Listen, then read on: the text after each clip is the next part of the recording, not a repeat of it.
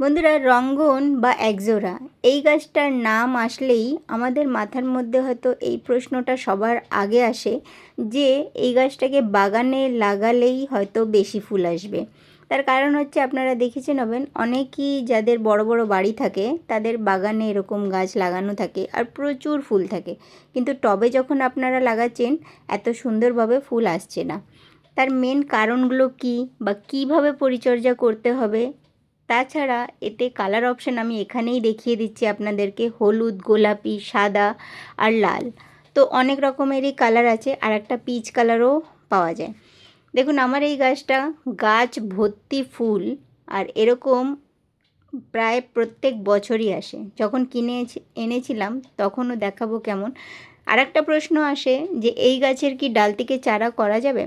অবশ্যই করা যাবে। এই ভিডিওটা অনেকটাই লম্বা আছে, এতে অনেক কিছু জিনিস আমি দেখিয়েছি, আর আমার অনেক বছরের এক্সপিরিয়েন্স এই ভিডিওটা করার জন্য। তার কারণ হচ্ছে কি, আমি অনেক বছর ধরে রঙ্গন গাছে অনেক ফুল নিচ্ছি, আর কি কি জিনিস আমি খেয়াল রাখি বা নার্সারি থেকে গাছ আনার পরে কি কি জিনিস খেয়াল রাখতে হবে, সব জিনিস তুলে ধরবো, সব কথাগুলো জানাবো। এখন প্রচুর বর্ষা হচ্ছে, তো বর্ষাকালটা যখনই শুরু হয়ে যায় তখন কিন্তু আমাদের বাগানে সবুজ পাতা তো হচ্ছে ঠিক আছে, কিন্তু তাছাড়া দেখবেন কন্টিনিউ বর্ষা হওয়ার পরে একটা সমস্যা দেখবেন, পাতাগুলোর সামনে বা পাতাগুলোর মাঝে একটা মেটে মেটে কালার, ব্রাউন কালারের স্পট হয়ে যাচ্ছে। কন্টিনিউ বৃষ্টি আসার জন্যই এই জিনিসগুলো হয়। কিন্তু আপনার মাটি যদি ওয়েল ড্রেন হয়ে থাকে, একটুও যদি জল না দাঁড়ায়, তাহলে এই সমস্যাগুলো হবে না। তার মেন কারণ হচ্ছে, জলটা যদি টবে না দাঁড়ায় তাহলে এই সমস্যা কি করে হবে। আপনারা কিছু জিনিস খেয়াল রাখুন। আর বর্ষাকাল আসার আগেই 2 থেকে 3টে জিনিস আপনাদের গাছে করতে হবে। প্রথম হচ্ছে নিমখোল অ্যাপ্লাই করা। 10 ইঞ্চির টবের জন্য 1 থেকে 1.5 মুঠো মতো নিমখোল অবশ্যই দেবেন। আমি কিছুদিন আগে বর্ষাকালের পরিচর্যার জন্য 13টা কাজ দেখিয়েছিলাম যে কি কি কাজ এই সময় করা যায়। তখনই আমি কিন্তু আমার মোটামুটি সব গাছেই নিমখোল বা ফাঙ্গিসাইড অ্যাপ্লাই করে দিয়েছি। আপনারা যদি এখনও নিমখোল বা ফাঙ্গিসাইড আপনাদের গাছে না দিয়ে থাকেন, তাহলে এই ভিডিওটা দেখে নেওয়ার পর অবশ্যই অ্যাপ্লাই করবে সব গাছে, শুধু এই রঙ্গন গাছেই নয়। তো এখানে প্রায় আমি বলে দিলাম 1 থেকে 1.5 মুঠো মতো নিমখোল দিতে হবে। আর টপ লেয়ারের যে মাটিটা দেখুন অনেকটাই খালি আছে, তো বর্ষাকালে এই জিনিসগুলো চলবে না। তার মেন কারণ হচ্ছে, যতটা স্পেস পাবে টবের মধ্যে তত জায়গায় জল ভরে থাকবে। তার জন্য আমাদের প্রথম কাজ এটাই যে একটাও যেন পাতা এরকম পড়ে না থাকে, কারণ ছত্রাক লেগে যাবে বা ফাঙ্গাস লেগে যাবে। তাছাড়া এরকম মাটি ভর্তি করে দেবেন, তাহলে জলটা বেশিক্ষণ দাঁড়াবে না। আর না দাঁড়ানোর চক্করে আপনার যে এই পাতাগুলো যে একটা মাটি মাটি কালার হয়ে থাকে, সেগুলো হবে না। প্লাস ফাঙ্গিসাইড অ্যাপ্লাই করবেন।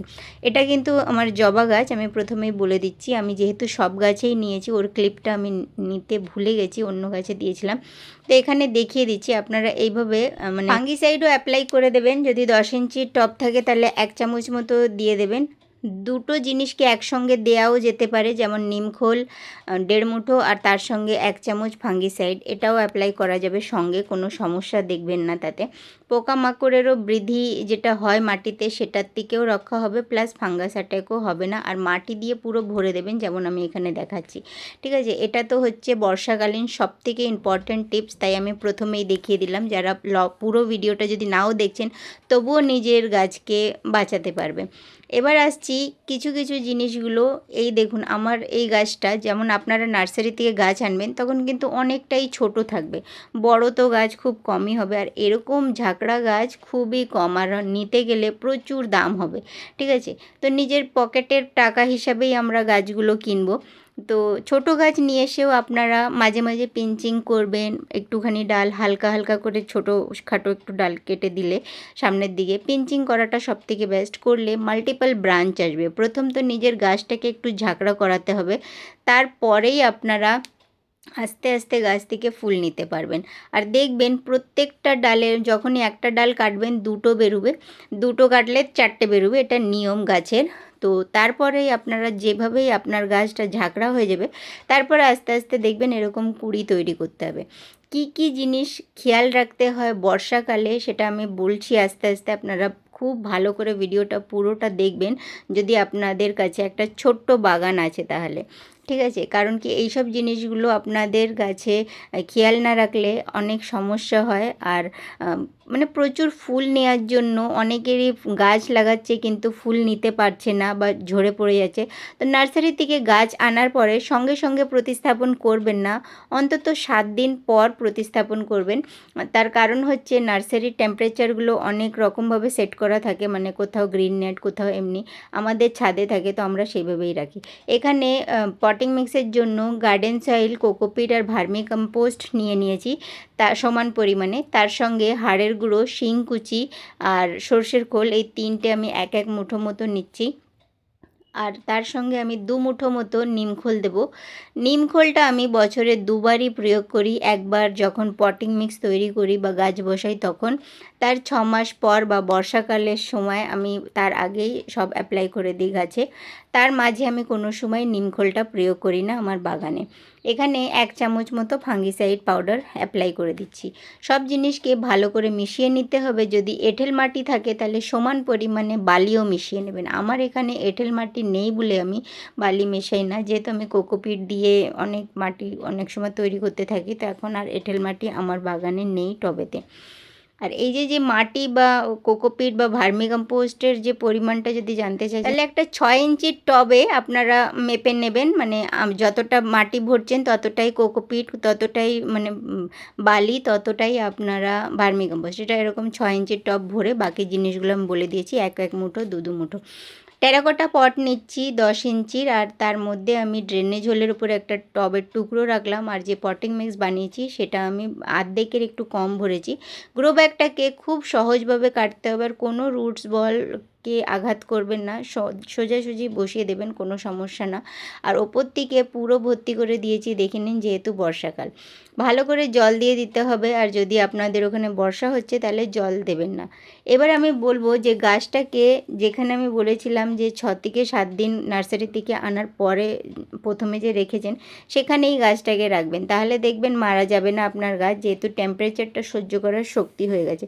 আমাদের বাগানেও আলাদা আলাদা জায়গায় আলাদা আলাদা টেম্পারেচার থাকে, কিন্তু বড় গাছের সাইডে দেখবে একটু কম টেম্পারেচার থাকে, আর মাঝখানে যে ছাদটা থাকবে যেখানে কোনো গাছ নেই সেখানে টেম্পারেচারটা একটু বেশি থাকবে। এই জিনিসগুলো একটু খেয়াল রাখবেন, তাহলেই আপনারা বুঝতে পারবেন যে গাছগুলো কেন মরে যায়। অনেক রকম সমস্যা হয় গাছের, তবেই কিন্তু গাছ মরে।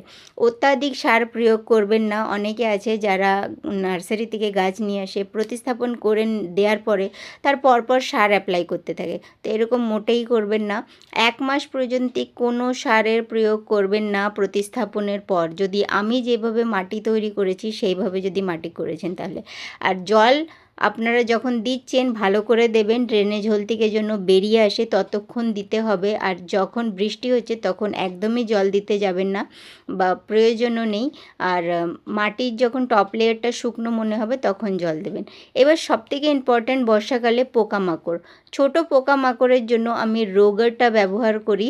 2 ml পার লিটার জলে মিশিয়ে সব গাছে, পাতার নিচে, ওপরে, সব জায়গা ভালো করে আমি স্প্রে করে দিই, ঠিক আছে? আর এইটা হলো বর্ষাকালে মাসে 2বার করি, আর নর্মাল সিজনে আমি একবারই করি। এগুলো ছোট পোকামাকড় যেমন মিলিবাগস, অ্যাফিডস, তারপরে আপনার কালো মাছি, সাদা মাছি, এই ধরনের পোকার ওপরে এই কীটনাশকটা কাজ করে। কিন্তু বড় যে পোকাগুলো থাকে যেমন শুঁয়োপোকা, ক্যাটারপিলার, ল্যাদা পোকা, এই সবের ওপরে ওই রোগারটা কাজ করবে না। তার জন্য ফাইটার 505 এটা আমি ব্যবহার করি। আর এই কীটনাশকটা স্প্রে করলে আপনার ওই বড় পোকাগুলো সবই মোটামুটি মরে যাবে। আর আমি এটা প্রায় 3 বছর ধরে ব্যবহার করছি, আর আমার কাছে সবসময় এই কীটনাশকটা থাকে। কিন্তু এই কীটনাশকটা বেশিরভাগ বর্ষাকালেই অ্যাপ্লাই করার প্রয়োজন হয়। তার মেন কারণ হচ্ছে যে বাকি সময় ওই বড় পোকাগুলো দেখা যায় না, কিন্তু এই সময় অনেক বেশি অ্যাটাক হয়। 1.5 লিটার জলে 1.5 চামচ, মানে এর যে ঢাকনা তার 1.5 ঢাকনা দেবেন। আর নর্মালভাবে 1 লিটারে ওয়াটারে 2 ml মতোই মেশাতে হবে। যদি ওই বড় পোকা দেখছেন ভালো করে গাছে স্প্রে করবেন, ওপর নিচে যেখানেই পোকা দেখছেন সেখানেই স্প্রে করে দেবেন, তাহলে দেখবেন পোকাগুলো সব মরে গেছে 2-1 সেকেন্ডের মধ্যে। এটা এত বেশি ইফেক্টের বেশি, সেই জন্য তো ভালো করে স্প্রে করে দেবেন। এবার আসছি, আর হ্যাঁ, প্রত্যেকটা জিনিসের মধ্যে মানে আপনারা যেদিনও কীটনাশক ব্যবহার করেছেন তার পরপরই 2 দিনের মধ্যেই আবার অ্যাপ্লাই করবেন না, মিনিমাম 5 দিনের গ্যাপ রাখবেন। যে আজকে কীটনাশক করেছেন কালকে ফাঙ্গিসাইড, তা হবে না। মিনিমাম 4 থেকে 5 দিন মাঝখানে গ্যাপ রাখবেন, তারপরে আপনারা স্প্রে করবেন। কারণ গাছেরও সহ্য করার শক্তিটা তো দিতে হবে, একটু সময় দিতে হবে। কারণ অনেকে আছে আজকে এই সার দিয়ে দিল, কাল ওই সার দিয়ে দিল, আজ ফাঙ্গিসাইড দিয়ে দিল, কাল ইনসেক্টিসাইড দিয়ে দিল। ওইভাবে করলে কিন্তু আপনার গাছে ক্ষতি হবে, কোনো রকম বেনিফিট পাবেন না। প্রত্যেকটা জিনিস যখন আপনারা দিচ্ছেন একটুখানি পেশেন্স রাখবেন যখন বাগানে এসেছেন, কারণ গাছ কিছু বলতে পারে না তার জন্য। এবার আসছি ফাঙ্গিসাইডের ব্যাপারটা।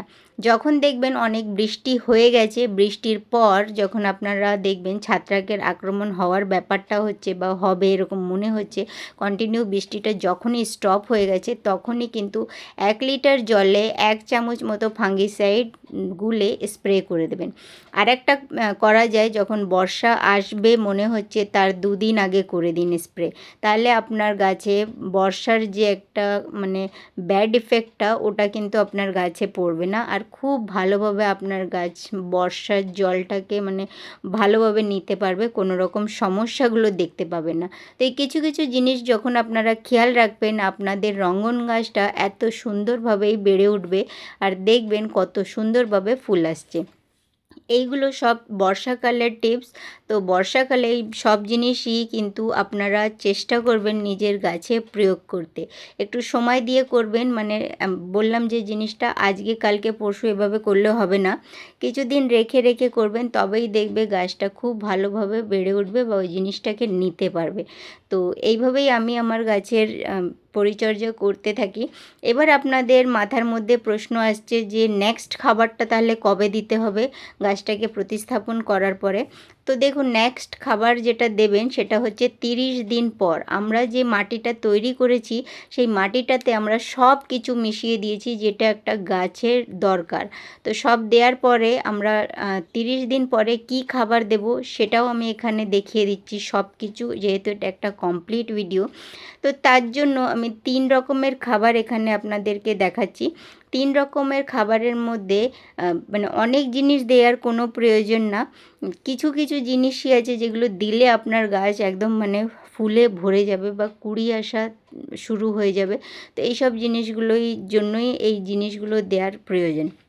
যেহেতু আমরা সব জিনিসই দিয়ে দিয়েছি আমাদের গাছে, তো এখন হচ্ছে আমাদের গাছে শুধুমাত্র ফুল নেওয়ার জন্য 1 মুঠো ভর্তি করে সর্ষের খোল। আর এখন বর্ষাকাল স্টার্ট হয়ে গেছে, তো সর্ষের খোলের কোনো যে গরম লাগবে সেসব সমস্যা নেই। 1 মুঠো ভরে এরকম চারিপাশ থেকে দিয়ে দেবেন, কিন্তু সর্ষের খোলকে টপ লেয়ারে দেবেন না, কখনো এইভাবে দিয়ে ছাড়বেন না, তাহলে ফাঙ্গাস অ্যাটাক হয়ে যাবে। তো সেই জন্য আমি ওপর থেকে মাটি দিয়ে কভার করে দিচ্ছি। মাটি দিয়ে কভার করে দিলে দেখবেন কোনো রকম সমস্যা নেই, আর গাছটা খুব ভালোভাবে কিন্তু গ্রোথ হবে, ফুল আসবে। এরকম গাছ করতে কিন্তু অনেকটা সময় লাগবে। আপনাদের গাছ যদি নতুন এনে থাকেন তাহলে অনেকটাই টাইম লাগবে, যেহেতু আমার এই গাছটা 4-5 বছর হয়ে গেছে, যার জন্য এতটা সুন্দর। 2 নম্বর বলছি, যদি সর্ষের খোল না থাকে আপনার কাছে তাহলে ভার্মি কম্পোস্ট 150 গ্রাম মতো ভার্মি কম্পোস্ট 10 ইঞ্চির টবের জন্য দিতে পারবেন। যদি ভার্মি কম্পোস্টও না থাকে তাহলে 100 গ্রাম মতো আপনারা গোবরের সার, পুরনো গোবরের সার আপনারা দেবেন, তো দেখবেন খুব ভালোভাবে ফুল আসবে। এবার যদি আপনি সর্ষের খোলও দিয়েছেন বা ভার্মি কম্পোস্ট, দুটোর মধ্যে যে কোনো একটা সার দিয়েছেন, খুব ভালো কথা, কিন্তু তার সঙ্গে 1 চামচ সিউইড গ্র্যানুয়াল যেটা থাকে, সিউইড ফার্টিলাইজার যেটা, ওটা 1 চামচ ভরে দেবেন। আমার এই চামচটা একটু বড় বলে আমি 3 ভাগ নিয়েছি। আপনাদের চামচ যদি নর্মাল চামচ থাকে তাহলে 1 চামচ দেবেন। আর সিভিডটা প্রত্যেক মাসে অ্যাপ্লাই করতে হবে, এটা খেয়াল রাখবেন। আর নর্মাল সিজনে অ্যাপসাম সল্টটাও প্রত্যেক মাসে দিতে হয়, যেহেতু এখন বর্ষাকাল তাই জন্য আমি দেবো না। ভালো করে জল দিয়ে দিতে হবে যদি বর্ষা যদি না হচ্ছে তাহলে। তো এইটা হয়ে গেল খাবারের কথা। এবার আমাদের মাথার মধ্যে প্রশ্ন আসে যে গাছটাকে কতক্ষণ রোদে রাখবো।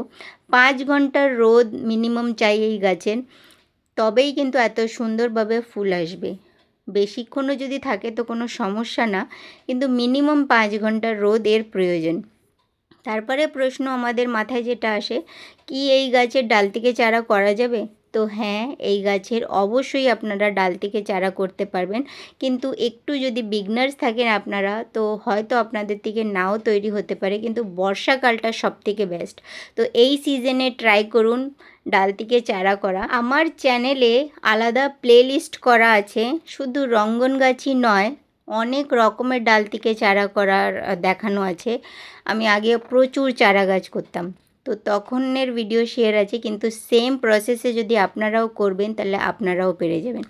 যে কোনো গাছের থেকেই রঙ্গন গাছের আপনারা একটু ভালো স্ট্যাম্প কেটে নেবেন, মানে যেগুলো একটু সেমি হার্ডউড, আমার কাছে সেরকম ছিল না বলে আমি একটু গ্রিন নিয়েছিলাম, আর ফুলগুলো শুকিয়ে গেছিলো যার জন্য। তো এরকম বা এর থেকে আর একটু শক্ত ডাল হলে আরও ভালো। আর যে আপনার কাটারটা আছে তাকে একটু স্যানিটাইজ করে নেবেন। এবার যে পাতাগুলো আছে সেগুলো একটু সরিয়ে নিতে হবে, আর তারপরে নোড এরিয়ার নিচে থেকে একটুখানি তেরছা কাট, মানে 45 ডিগ্রি অ্যাঙ্গেল বলা হয় যেটাকে, এইভাবে কাটবেন আর পাতাগুলো সব সরিয়ে দেবেন। মাঝখানে অন্তত 3 থেকে 4টে নোড এরিয়া যেন অবশ্যই থাকে, এটা খেয়াল রাখতে হবে। আর কাটিংসের যে সাইজের কথা যদি বলবো, 5 থেকে 6 ইঞ্চি হলে যথেষ্ট। আপনাদের কাছে রুটিং হরমোন যদি থাকে তো খুব ভালো, ফাঙ্গিসাইড থাকলেও সেটা দিয়েও লাগাতে পারবেন। কিছু না থাকলে অ্যালোভেরার পাতা কেটে নেবেন আর ওটার থেকে একটু জেল নিয়ে নেবেন। অবশ্যই আপনারা একটা গার্ডেনার থাকলে আপনাদের কাছে এটা গাছ তো থাকবেই আমার মনে হয়, নাহলে আরও দুটো অপশান বলে দিয়েছি। নোড এরিয়া যেন অবশ্যই এই কোকোপিটের ভেতরে যায়। আমি এখানে শুধুমাত্র কোকোপিট নিয়েছি, আর কোকোপিটে যদি আপনারা কাটিংস লাগাচ্ছেন বর্ষাকালে তো সেই জন্য আপনারা ড্রেনেজ হোল একটু বেশি করবেন, কারণ বর্ষাকালে জল কন্টিনিউ পড়তে থাকলে ডাল থেকে চারাগুলো নষ্ট হয়ে যাবে। ফার্স্ট টাইম আপনারা ফাঙ্গিসাইডেরই জল দেবেন, 1 লিটার জলে 1 চামচ মেশালে যথেষ্ট। একটু ওপর থেকে ফাঙ্গিসাইড পাউডারটা লাগিয়ে দিচ্ছি। আর বেশি বর্ষার জল যেন না লাগে কাটিংসে, তাও নষ্ট হয়ে যাবে। আর অনেকক্ষণ শুকনো থাকলে তাও কিন্তু কাটিংস গ্রো হবে না। এটা 5 দিনের রেজাল্ট, আর বর্ষাকালেই কিন্তু এত সুন্দর রেজাল্ট আপনারা পাবেন। এটা 20 দিনের ভিডিও, আর দেখুন কত সুন্দরভাবে গ্রোথ হচ্ছে। তো আস্তে আস্তে এইভাবেও আপনারাও কিন্তু কাটিংস লাগানো শিখে যাবেন। ভিডিওটা যদি এই অবধি আপনারা দেখছেন বা ভালো লেগেছে বা একটু ইনফরমেটিভ লেগেছে তাহলে চ্যানেলটা অবশ্যই সাবস্ক্রাইব করবেন। আমি গার্ডেনিং নিয়েই ভিডিও শেয়ার করি। আর কমেন্ট অবশ্যই করবেন যে নেক্সট ভিডিও লং ভিডিওটা কোন টপিকস বা কোন ফুলের গাছ নিয়ে আমি নিয়ে আসব। ধন্যবাদ ভিডিওটা দেখার জন্য। আবারও দেখা হবে নতুন আরেকটা কোনো লং ভিডিওর সঙ্গে। এই পুরো ভিডিওটার মধ্যে অনেক কিছু আমি বলেছি, কিন্তু কোনো টপিকস যদি ভুলে গেছি যেটা হয়তো আপনার জন্য জরুরি, তাহলে অবশ্যই কমেন্ট করে জানাবেন যে আপনার কি সমস্যা হচ্ছে রঙ্গন গাছে। যখনও আপনারা কমেন্ট করবেন বা আপনাদের প্রশ্ন করবেন, জানাবেন যে আপনাদের গাছটা কতটা পুরনো আর কত ইঞ্চির টবে আছে, তাহলে আনসারটা দিতে পারবো। ধন্যবাদ।